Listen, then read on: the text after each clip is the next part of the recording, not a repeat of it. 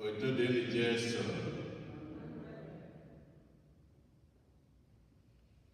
Taa bụ ụka nke iri na abụọ n'oge na-adịghị n'emume afọ nke mbụ n'arọ ụka. Igbo Catholic Community ji obi aṅụrị ekene ezinụlọ anyị niile na ndị ọbịa niile anyị na ha ga-achụ aja Maasị tata. Na aja nke Maasị tata, Nneka na osi ụfọdụ n'ezinụlọ ya na-enye Chineke ekene, na-ayọkwa ngọzi na amara ya n'isi ụmụ ha Victor na Victoria ụfọdụ, ndị nke Chineke tinyere ugo mmụta, ha na-akwadokwa ịbanye yunivasiti. Paul na Nneka Ifediba na-enye Chineke ekene, na-ayọkwa ngọzi Chineke n'isi nwa ha nwoke David Ugonna Ifediba, onye nke Chineke tubere ugo mmụta.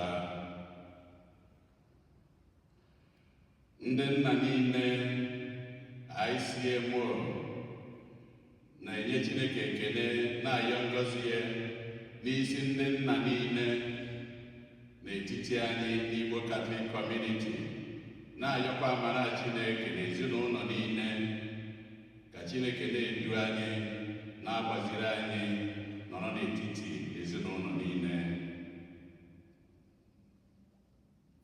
Tony na Ịma Ikebodo na-ayọ ngọzi Chineke na amara ya, na-ayọkwa odudu ya n'isi Eloka Ikebodo na ada ya Oje, ndị nke na-elote mgbe e jiwere mụọ ha.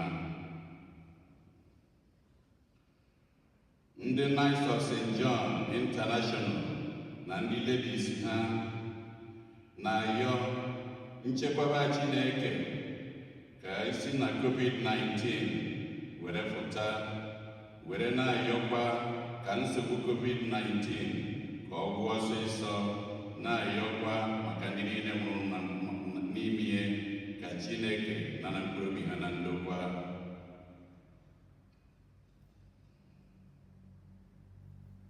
Mmọrị na Akụnwafọ na-enye Chineke ekene, na-ayọkwa ka Raymond na Obi Chukwuani si na sọjiri nke emere ha were gbakee ọsịsọ. Ngọzi na Ime Ọfịagụrụ na ezinụlọ ha na-ayọ maka mkpụrụ obi Ernest Ọfịagụrụ, Gabriel Ọgadue na Teresa Ọgadue. David Akụnwafọ na ezinụlọ na-ayọ maka mkpụrụ obi Peter Akụnwafọ Okoye, Nkiru Akụnwafọ Udemezue na Nkiru Abọọ. Felix Nwosu na ezinụlọ na-ayọ maka mkpụrụ obi nwunye ya Teresa Nwosu. Martha Igweọma na-ayọ maka mkpụrụ obi di ya Njọkụ Igweọma. Ndị Charismatic Group, ndị otu ha niile na-ayọ maka mkpụrụ obi Teresa Ọgalue.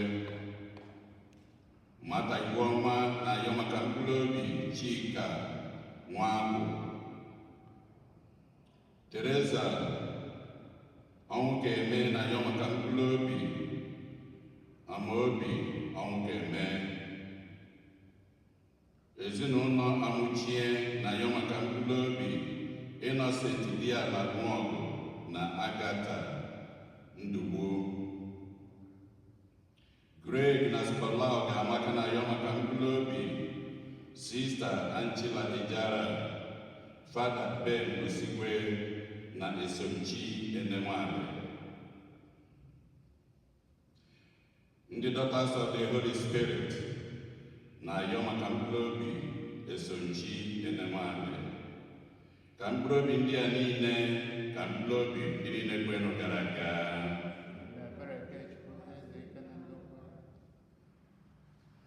Onye isi nchụaja na aja nke Maasị tata bụ ụkọchukwu anyị Jude Umeobi.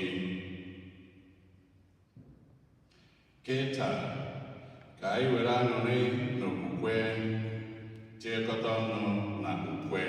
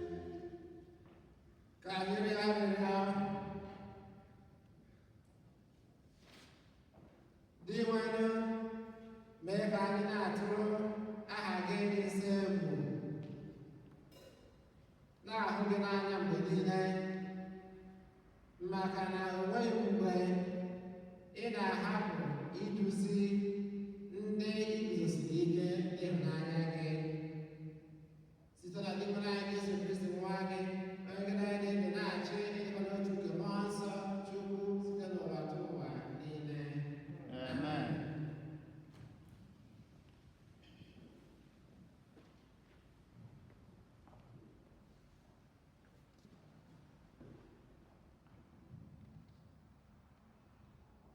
Ihe ọgụgụ nke mbụ, ihe ọgụgụ ewetara n'akwụkwọ onye amụma Jeremaya.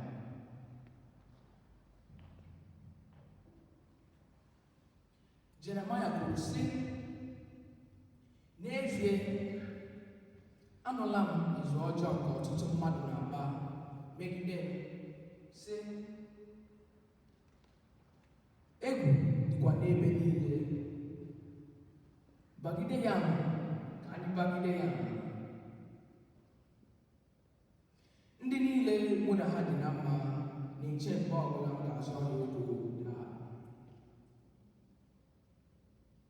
eleghị anya ọnya ga-ama ya, anyị enweta ya bọọrọ onwe anyị ọbụ ihe o mere anyị.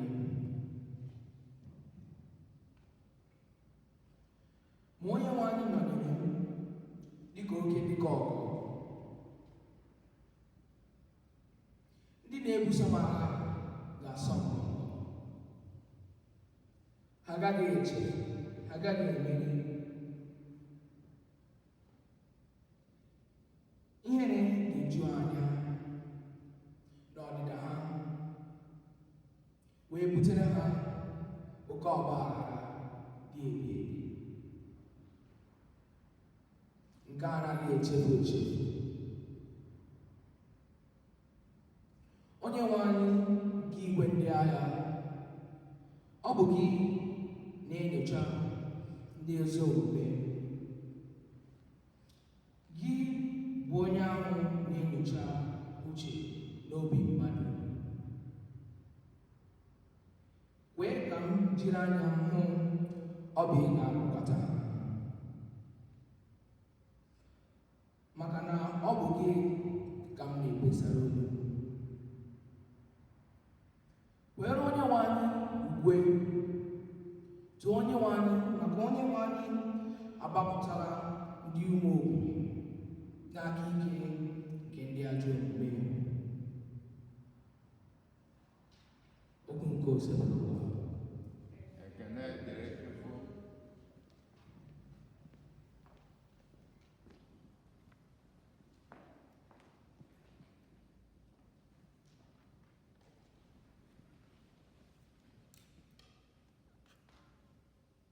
Abụ ọma na azịza ihe ụlọ ga-aza bụ onye nwe anyị, were nnukwu ịhụnanya gị zaa m oku, zaa m ya.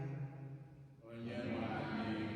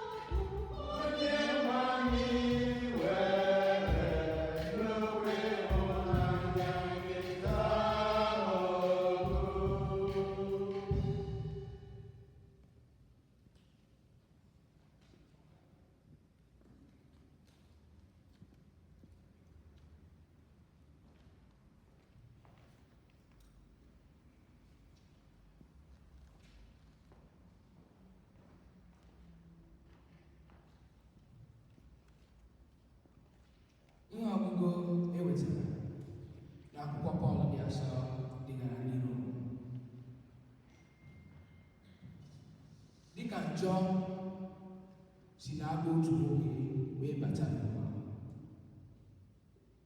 Ọnwụ sokwara njọ pụta. Otu ahụ ka ọnwụ si erute mmadụ niile, maka na onye ọbụla emeela njọ. Njọ anọọla n'ụwa ogologo oge tupu inye iwu. Ma ebe ọ bụ na iwu adịghị, o nweghị onye nwere ike ibo ebubo na o mere njọ nke imebi iwu.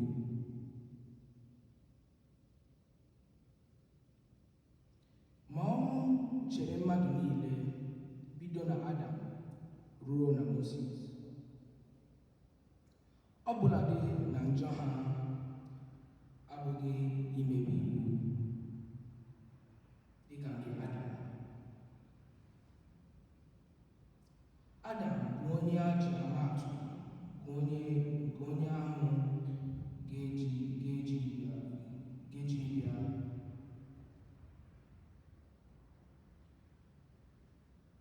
Ma mere e nyere ji ihe buru ibu karịa ọdịda Adam. Ọ bụrụ na o were anya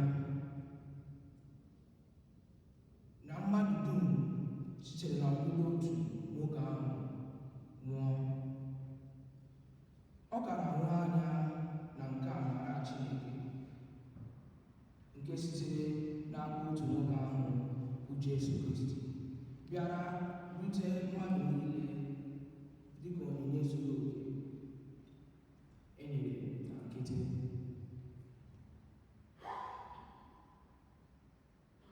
Okwu nke osebụrụ Ekele dịrị Chukwu.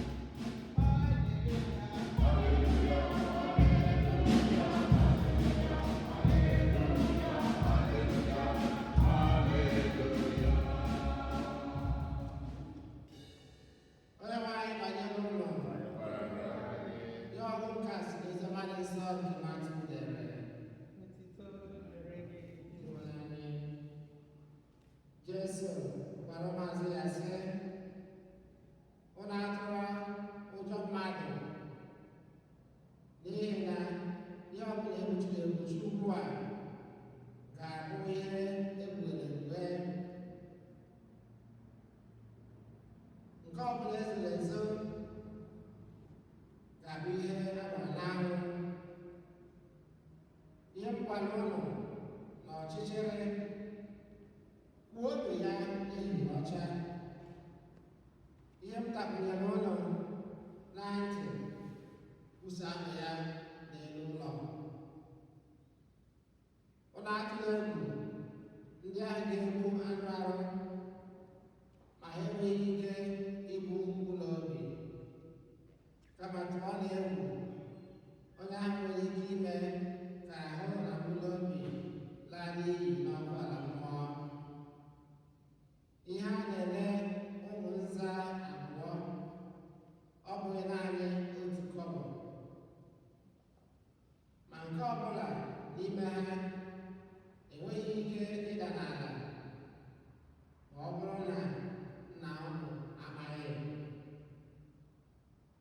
Otu ọ dị, agụọla agịrị isi unu bụ n'isi ọnụ.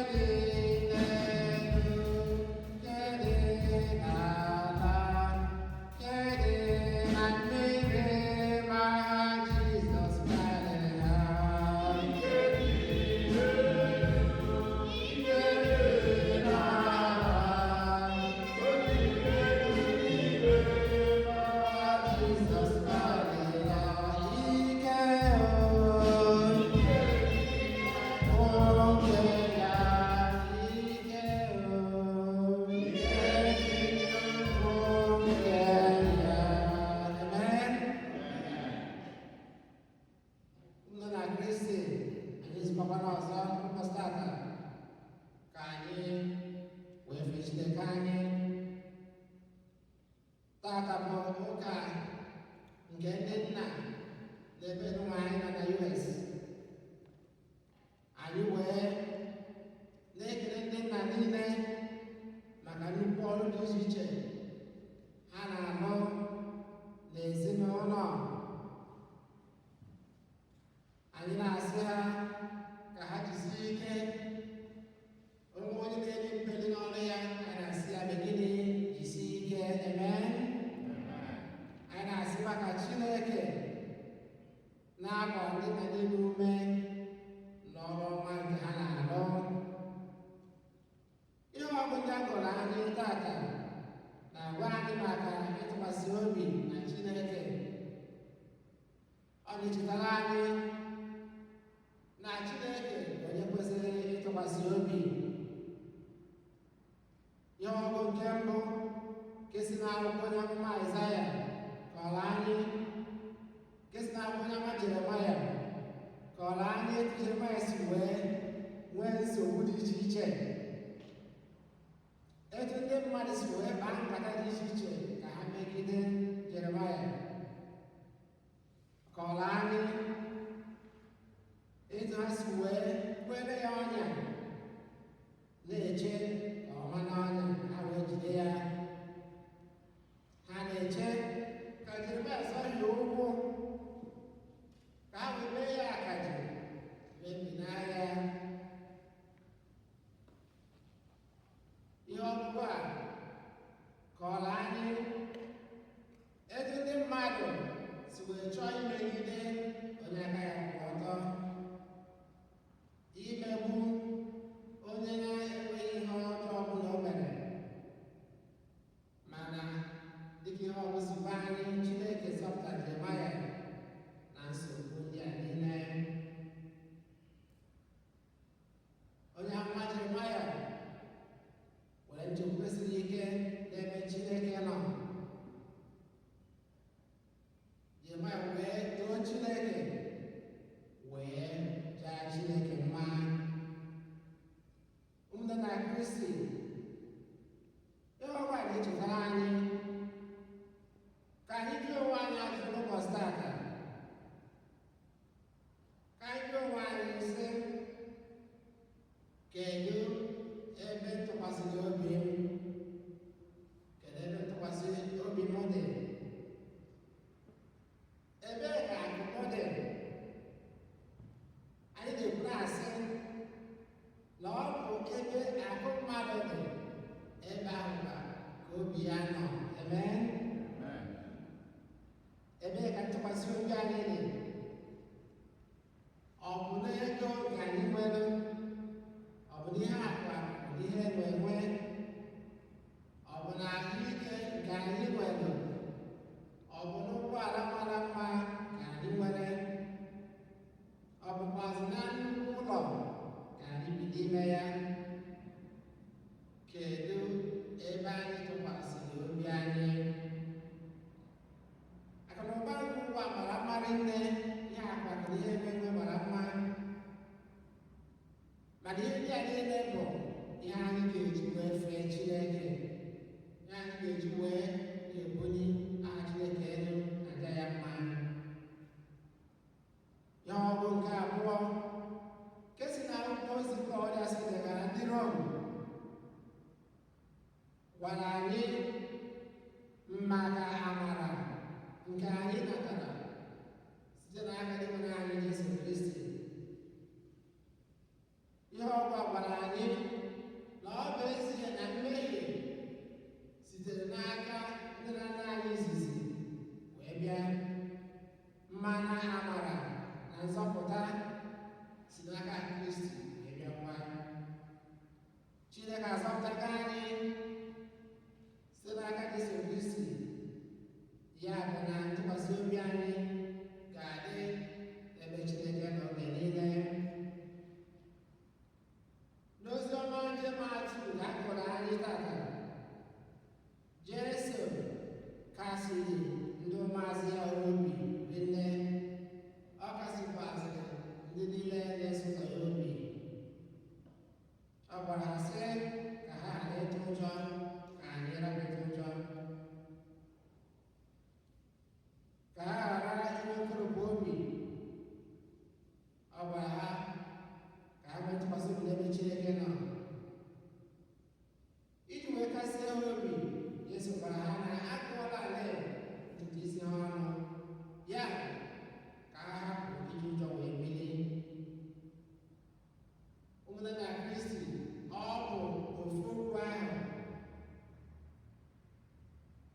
ka okwu nke Chineke na-agba anyị ụbọchị tata, ofu okwu nkasi obi ahụ ka a na-enye anyị ka anyị wee nwee ntụkwasị obi n'ebe Chineke nọ, n'agbanyeghị nsogbu nke ụwa anyị nwere ike nọ n'ime ya, n'agbanyeghị ihe anyị na-agabiga, ka ntụkwasị obi anyị dị n'ebe Chineke nọ, ka anyị wee were ndụ anyị na-efe Chineke, ka anyị wee bụrụ ndị nke Chineke oge niile. Ebere anyị n'ụbọchị taa wee bụrụ ka amara na ngọzi nke Chineke na-anọnyere anyị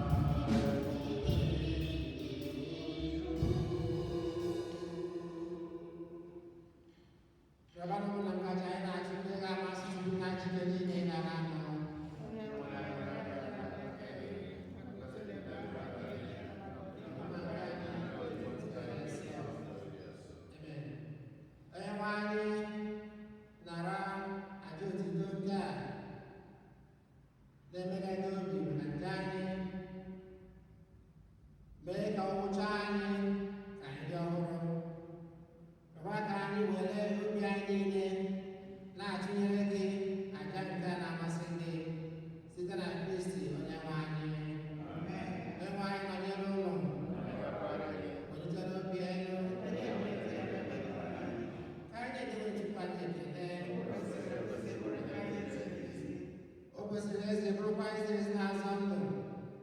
Anyị ga-enye gị ekele oge niile na ebe niile onye anyị nsọ.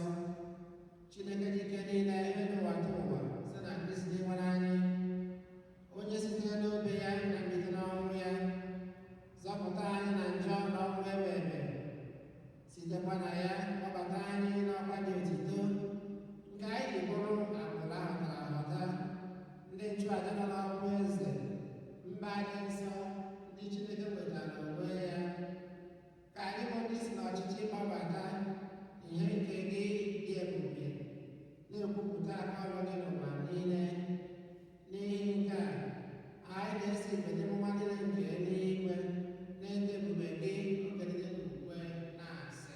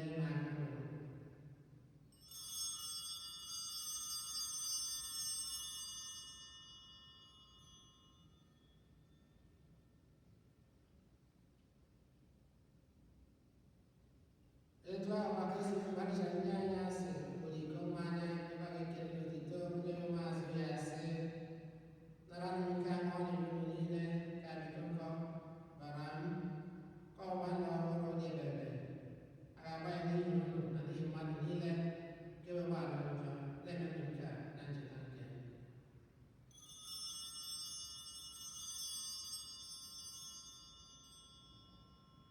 L'ezigbo nwa atụrụ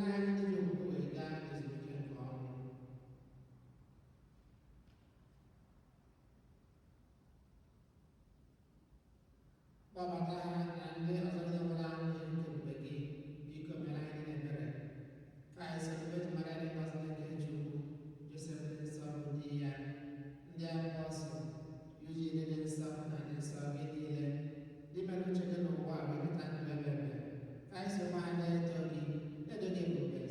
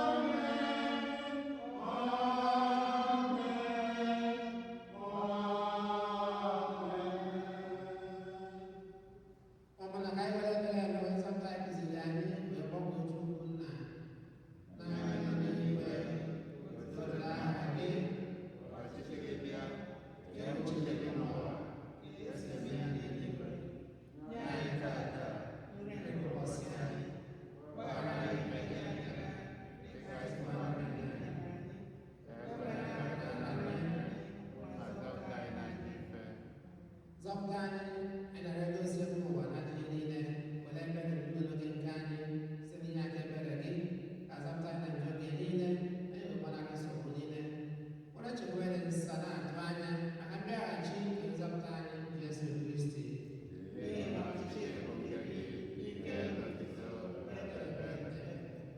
Onyenwe anyị Jesu Kristi ọkwa ndị apọstọl gị udo ka na-ahapụ n'ụlọ udo nke m ka m na-enye ụlọ elekwara anya na nje anyị kama lekwasị anya n'okwukwe nke nzukọ gị nye ya udo na-edịkwa n'otu mgbe niile uche gị siri chọọ ịkọ ya dị ndụ na-achị ebe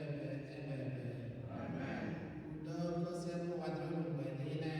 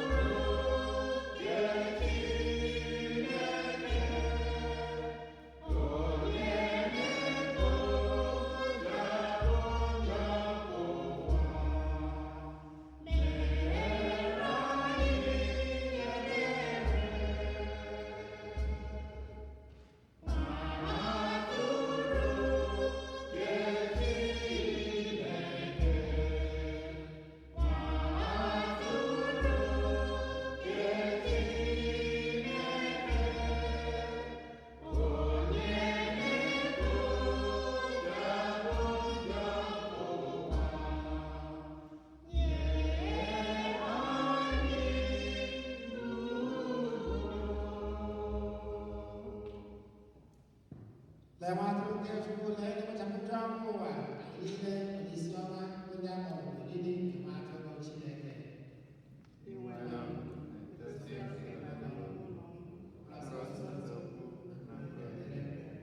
karena belas supaya mana dunia. Amen.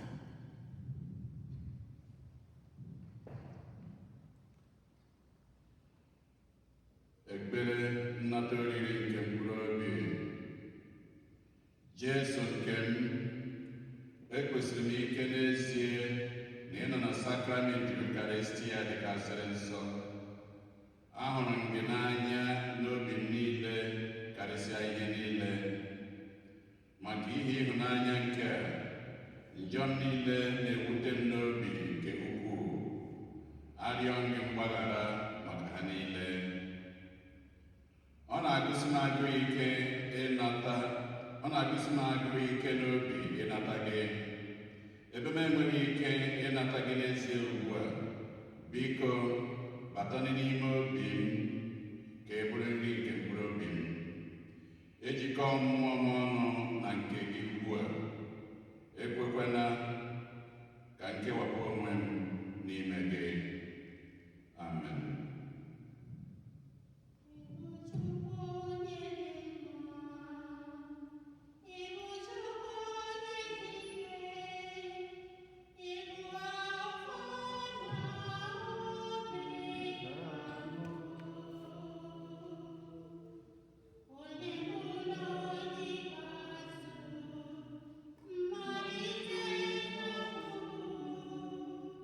Yeah.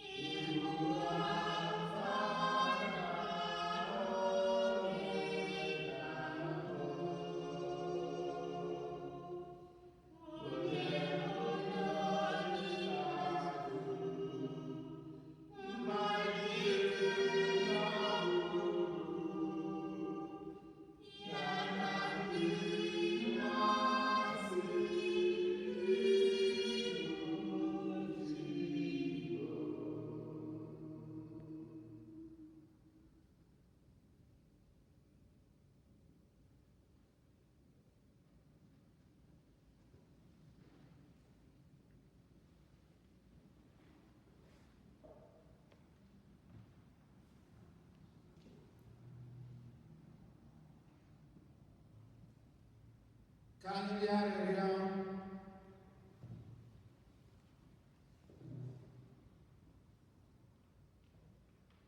Ndị nwere ị na-enye anyị ahụ na ọbara gị dị oke ọnụ iji mee ka ndụ gị dị ọhụrụ n'ime anyị. Si n'obiọma gị mee ka nke anyị na-eketa n'ihe omimi gị dị nsọ ugboro ugboro wetara anyị nzọpụta n'uju site na Kristi Onyenwe anyị. Amen.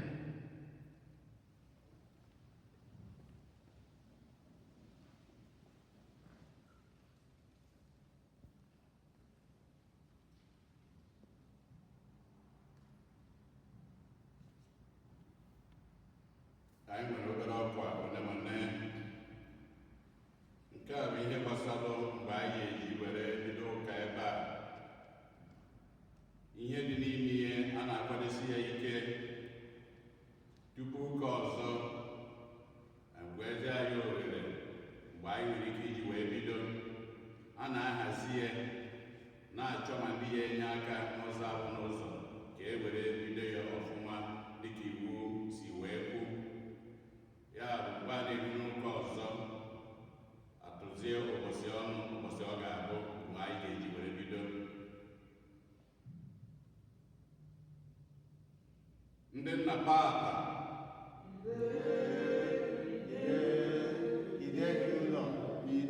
ndị nna papa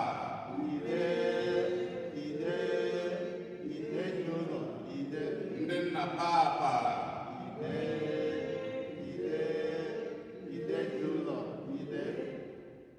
ụnụ bụ ideji ụlọ,